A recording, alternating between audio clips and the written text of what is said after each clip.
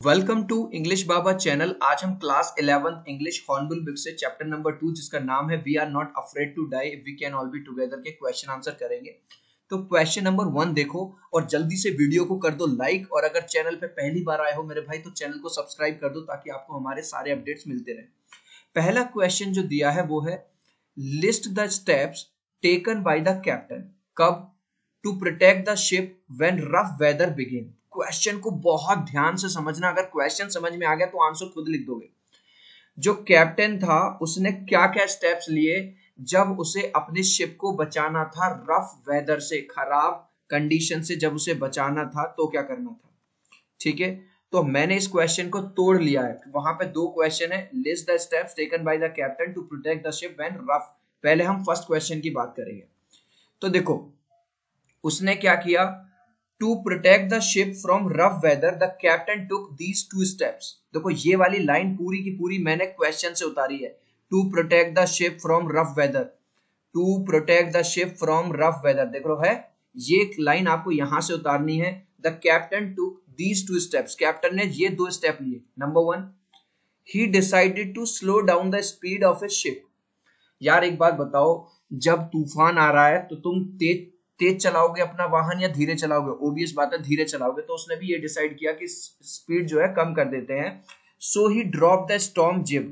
अब स्टॉर्म जिब क्या होता है? ये जो नाव है ये आपको दिखाई दे रहा है, ये जो पर्दा सा लगा हुआ है, तो वो जो स्टॉर्म जिब है उसने वो नीचे की तरफ झुका दिया, क्योंकि जब ये ऊपर की तरफ उठा रहेगा उस पर हवा लगेगी और हवा लगने से जो स्पीड है वो और ज्यादा तेज बनेगी। आपको एग्जाम में डायग्राम नहीं बनाना, ये मैंने आपको समझाने के लिए दिखाया ताकि आपको अच्छे से समझ में आ जाए। तो पहला स्टेप क्या किया उसने, स्पीड कम करने के लिए जो स्टॉर्म जिब है उसको डाउन कर दिया।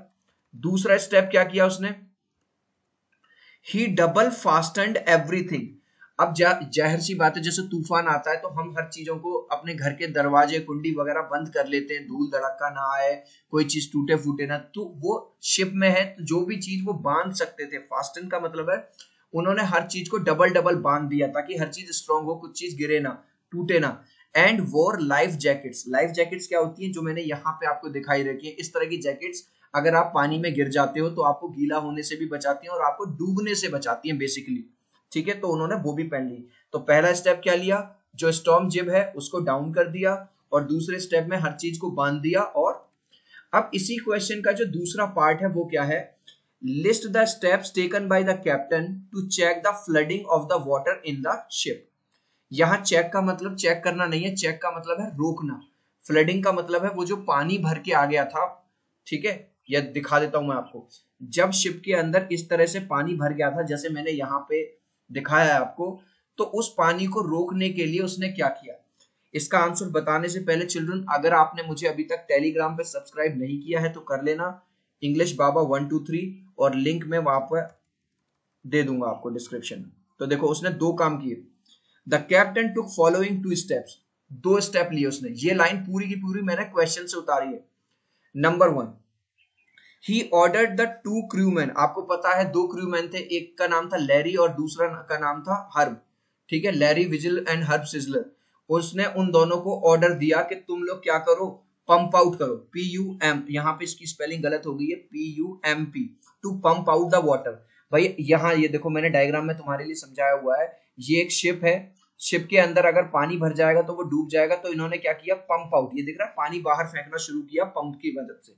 तो पहला काम तो ये किया। दूसरा काम क्या किया, the captain himself covered the गेपिंग holes with the help of waterproof canvas.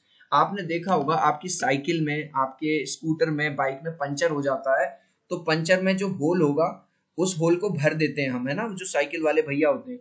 तो ऐसे ही भाई पानी को तो बाहर निकाल रहे हैं दोनों के दोनों जो क्रू मैन है, लैरी और हर्ब, लेकिन जो छेद हो गए थे उसको भर दिया किससे, एक कैनवास लगा दिया। कैनवास का मतलब वाटर प्रूफिंग, वहां पे कैनवास लगा दिया। तो ये दो काम करे। आई होप कि आपको एक एक चीज क्लियर हो रही है, इतने अच्छे से तुम्हें कोई नहीं समझाएगा।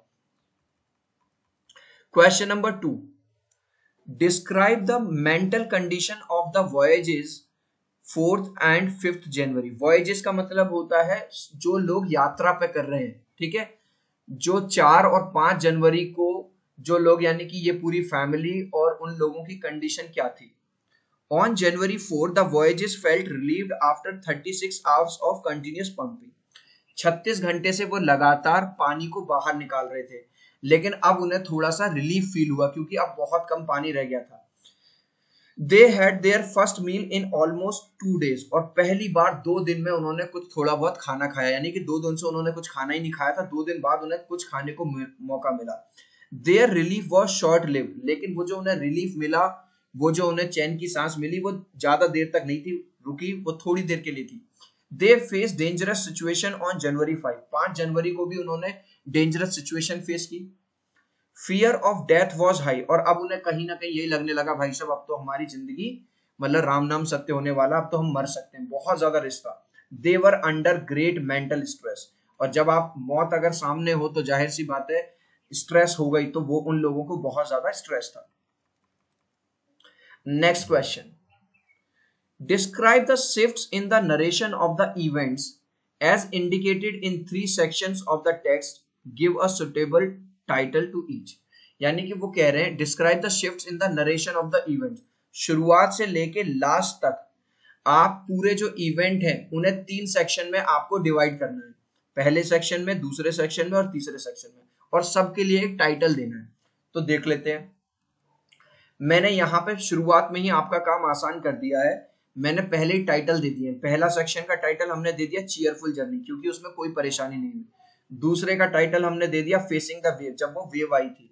और तीसरे का हमने टाइटल दे दिया सर्चिंग द आइलैंड, जब वो एक आइलैंड की तलाश में थे। तो पहला पहला देखो क्या है, the first section describes a peaceful journey from Plymouth.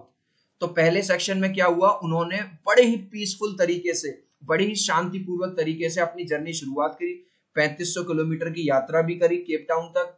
The narrator is relaxed and full of confidence, और यहाँ पे इन्हें कोई भी दिक्कत नहीं आई, पूरी फैमिली बड़ी खुश थी, नरेटर भी बड़ा कॉन्फिडेंस में था। ये था part 1।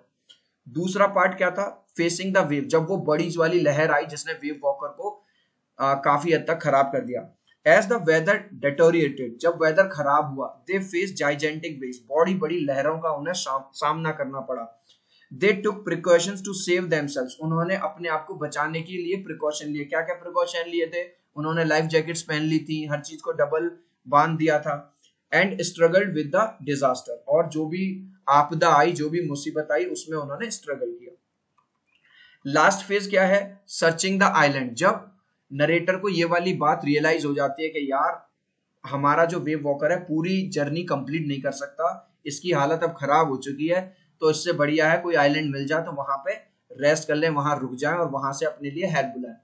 Finally narrator realise that Wave Walker is not stronger enough, finally narrator को ये रियलाइज हो जाता है जो वेव वॉकर है वो स्ट्रॉन्ग नहीं है to complete the entire journey, पूरी जर्नी कंप्लीट करने के लिए। And then he tries to find an island, फिर वो एक आइलैंड ढूंढने की कोशिश करता है, which he successfully finds and feels relax, जो कि उन्हें लेटर ऑन मिल जाता है और उन्हें बड़ा रिलैक्स फील होता है। सो आई होप मैंने ये जो आपको क्वेश्चंस बताए हैं आपको बड़े क्लियर हो गए होंगे। अब आपके लिए एक क्वेश्चन है जिसका आंसर तुम मुझे दोगे कमेंट सेक्शन में। What was the name of the ship of the author, जो ऑथर था उसके शिप का नाम क्या था, Amazon, wave walker, wave ship या सेलर शिप, इसका आंसर दोगे आप मुझे कमेंट सेक्शन में। सो आई होप मेरी एक्सप्लेनेशन आपको अच्छी लगी है तो यार लाइक कर देना, चैनल पे पहली बार आए हैं तो सब्सक्राइब कर देना।